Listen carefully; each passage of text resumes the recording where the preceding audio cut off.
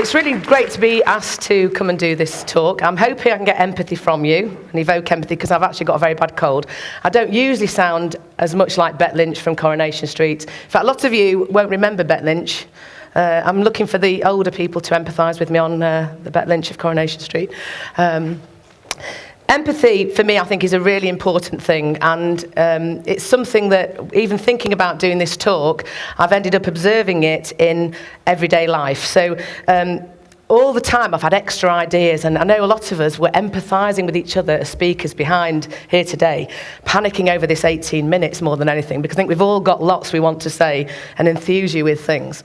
I found this, in fact, I will write this book now. It's given me the yearning to write this book.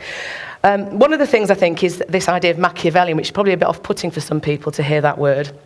But a lot of the work I do is with skills development, and there's quite a lot of my students here today, which is great to see them. I'd like to think some of the things I've done with them have made them feel, you know, these sorts of days are really important. But one of the key things is that a lot of people are naturally empathic. You know, you might think back to people in your family, people you were at school with, it might be you, and people who are naturally able to empathise with other people. And we're going to talk a little bit more in a moment about what it actually is. And those people just seem to do it as part of their nature. Then there's other people that we know who you may be married to one of those people, you may be dating one of those people, you may be one of those people, and you actually find that those people can't empathise very well. You don't ever feel understood by that person.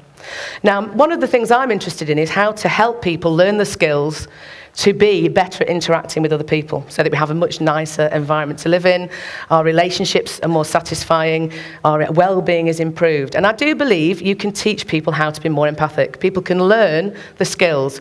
And I've had lots of students over the years on my particular modules I've taught that have actually found that they've developed skills in particular areas. And one of those areas that's increasingly appearing is empathy. Barack Obama talks about the empathy deficit. They've done studies on students and found that students now are supposedly 40% less empathic than they were in the 1970s, when I was actually not born. I actually was. I don't see, there's lack of empathy here now, isn't there? That wasn't a very empathic thing, was it? So students are showing less empathy. Barack Obama would say it's because we're so obsessed with competitiveness, and we've got this awful celebrity culture, haven't we, often, where we love to see somebody successful, then the minute they think we appreciate them, we start to pull them down. Empathy is on the increase. I've had students who have gone for job interviews for leadership positions or management positions, and a number have come back and said, I've been told I'm not going to get that post because I'm not empathic enough. I'm not showing empathy. Now that warms me that organisations are saying, we don't see the leader potential in you because you're not showing empathy. What I've then tried to do is say, okay, let's find a way of making you look empathic. Now I would really rather people become empathic. But the truth is, if you can't, let's fake it at least. Because, and some of you might not like that, if it gets you where you want to go and it makes the other person feel good, what's wrong with that? Is that really Machiavellian? Machiavellian is a lot about sort of deceit, really. It implies this deceptive element that we do things behind closed doors and people don't know what we're doing to them. But in reality, if we all made the effort to at least think empathically and attempt to behave in a way that creates this impression we're empathic, and other people then respond, that's better than nothing, isn't it? So, that's where I come from, really. That's why I'm interested in this whole idea of being Machiavellian, in a sense. It's not because I'm not a caring person. I'm somebody who, when I was a teenager, I walked in, having been out with my friends. I don't think I was drunk, so let me just emphasise that.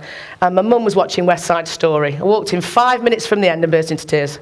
Has anyone ever seen West Side Story?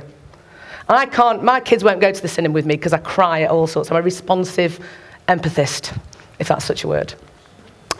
Empathy is, really very important. We've talked a lot about things that are fundamental, and one of the things here is that, it is fundamentally human to be empathic. It's something that connects us. It's something that makes us more than ourselves individually. And, as it says here in this comment, that's the beginning of, of morality. Compassion is so important, but a lot of people don't seem to be able to do it very well. And that's what I suppose I'm interested in, is how can we help people learn the skills to be more empathic to others. We need to understand what it is, first of all, but we also can look at some of the specific skills that we can actually use. Now, one thing I was worried about with this talk was copyright. I use a lot of cartoons in my lectures, and I had loads and loads of cartoons, loads and loads of pictures, and then had a bit of a panic. So the majority of pictures are actually from my own collection, taken on my iPhone, but not all of those on there. That's my daughter there on the back there. But I love this actual quote here, because what this is saying is, if we can resolve to be empathic with people at various stages of the lifespan, let's be fair, we'll have either been there ourselves or we will end up there. And in a way, it's almost like saying, you know, we will reap what we sow. It'll come around to us. If we can understand people at various stages, then at least we may get that support later on. And it's very, very difficult, actually, with... I've got teenage daughters now, and I think I'm often not very empathic towards some of the things, but that's because I'm their parent. It's very, very difficult to actually understand. And yet I should stop and say, let me think back to when I was 14. It's a long time ago. If we are empathic with the elderly, you know, one day, hopefully we'll all be there, and we need to understand what it's like. But it's putting ourselves in the shoes of those other people. Now, the picture at the bottom here was somebody called Patricia Moore, and she was a lady who was an industrial designer in New York in the 1970s, and she was concerned that the company that she was working for weren't taking into account people's needs. So refrigerator doors, for example, the doors wouldn't have been suitable for people with arthritis to open. And none of her sort of colleagues were listening to her. So she dressed up as an 80-year-old woman and visited, over 3 years, 100 cities, seeing what it was like to live the life of an 80-year-old woman, and then took that back into the design. So empathy, it's great if it makes people feel good, but it's also sensible in terms of what we're producing. I know Darius, who's here, hates the fact business makes good business sense, but it can work for, you know, lots of different reasons.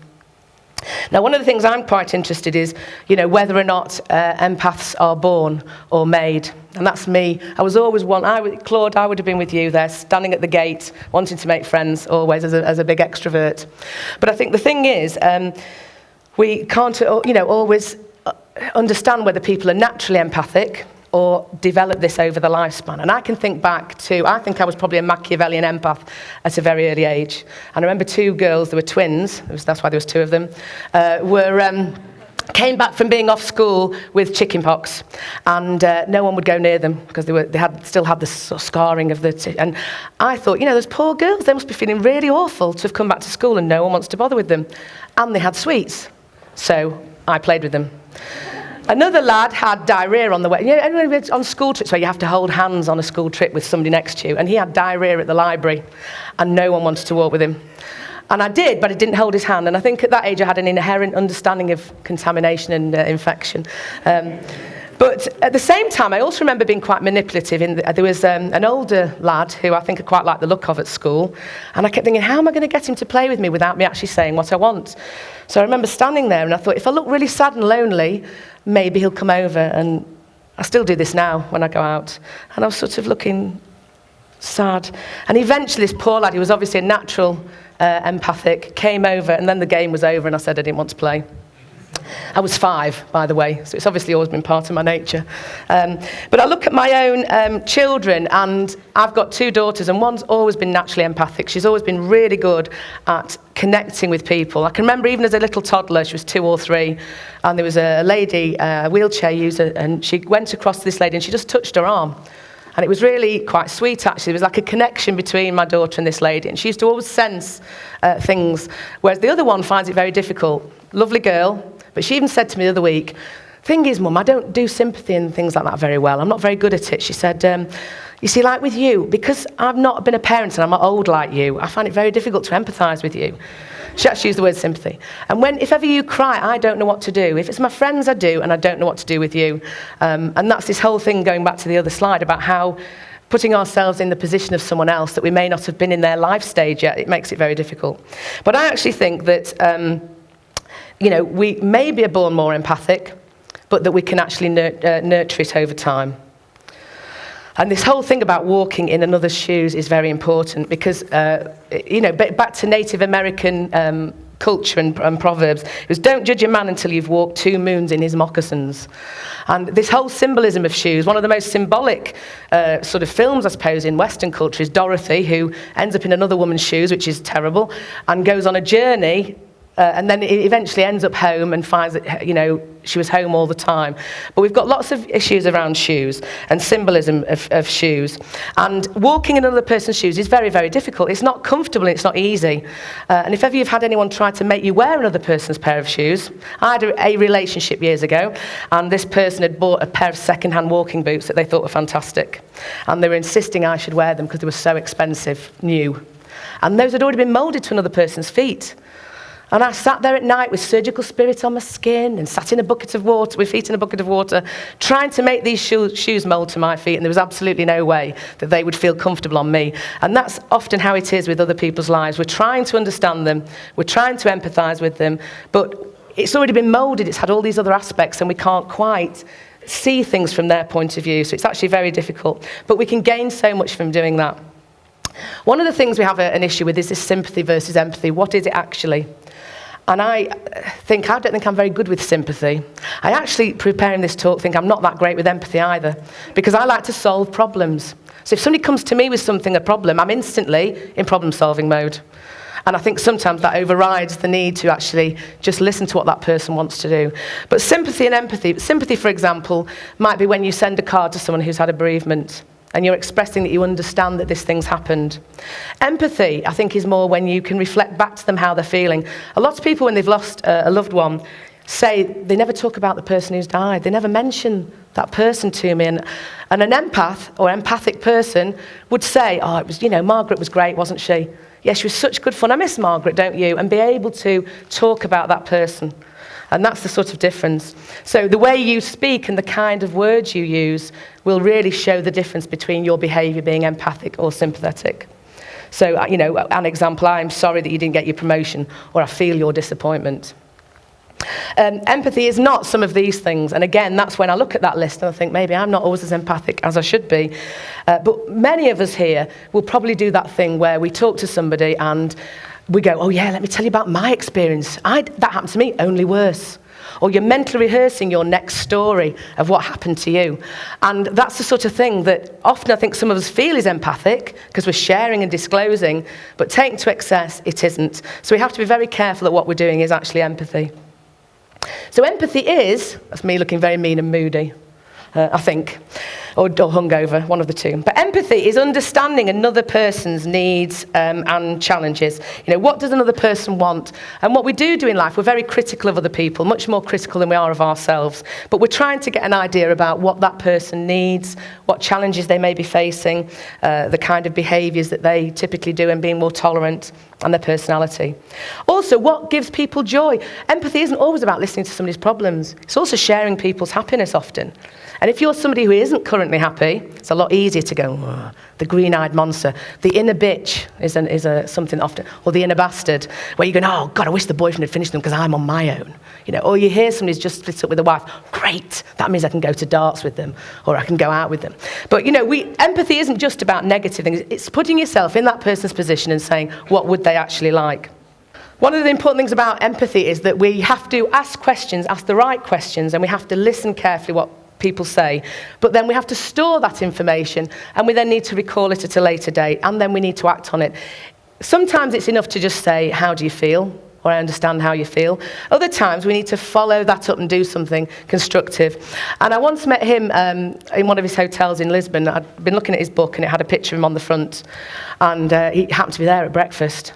And he came over to say hello, and he was talking, and in his book it had said that he walks the talk and he likes to go around all his hotels. And when he left, having spoke to me and my partner at the time, the chap who was the waiter said, he's so fantastic. He comes round, and even though he's not been round for a year, he remembers what he spoke to you about last year, and he asks you how you are, and he asks about your family. And what people say about this guy is he always says thank you, and he always asks how you are. And it's that sort of thing. He acts on things. He asks and he listens, and those are really important things in empathy. Sometimes we just need to be really honest.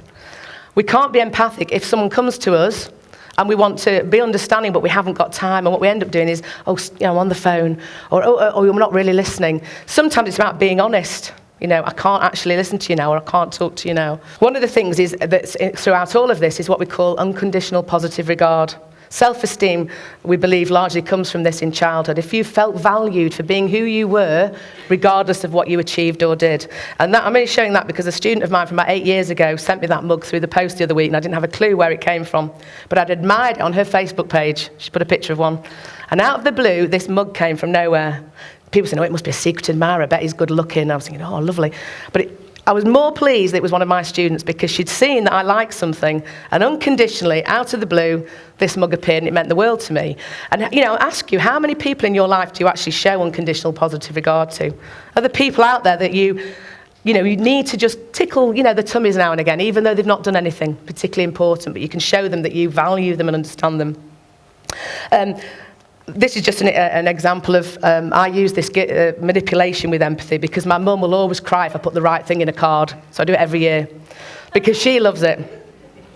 And one thing I just want to mention is this power of silent empathy, because we're talking here about asking the right questions, listening, understanding people, but sometimes it's about your presence, the silence of when you're with somebody else and you're trying to show them that you understand them and that you value them and you care about them.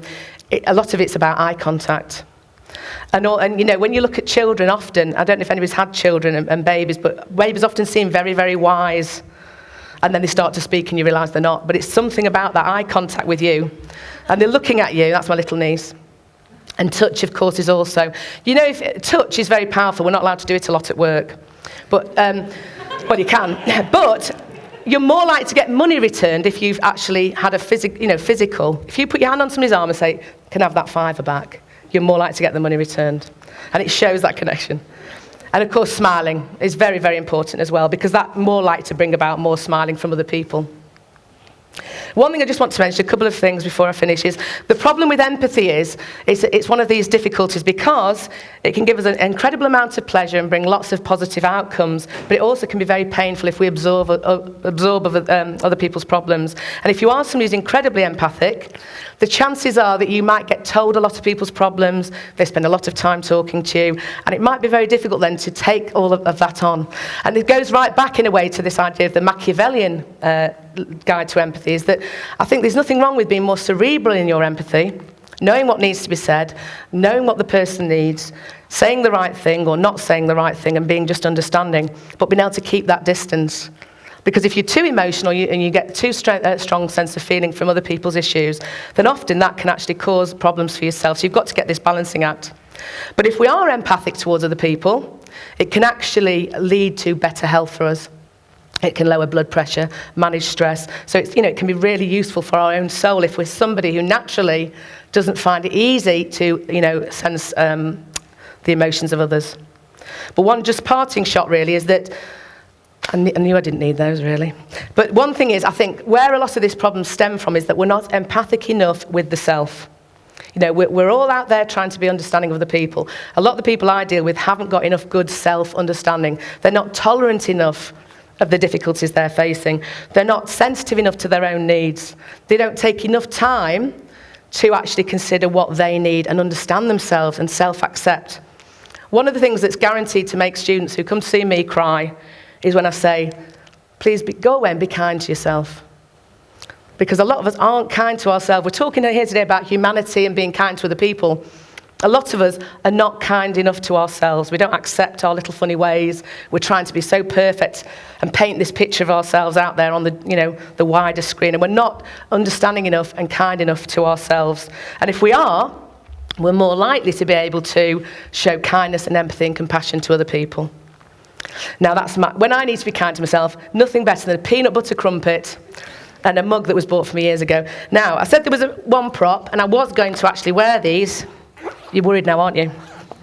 Because I ordered them so I could be Dorothy, but I found that wearing those was going to be just far too uncomfortable.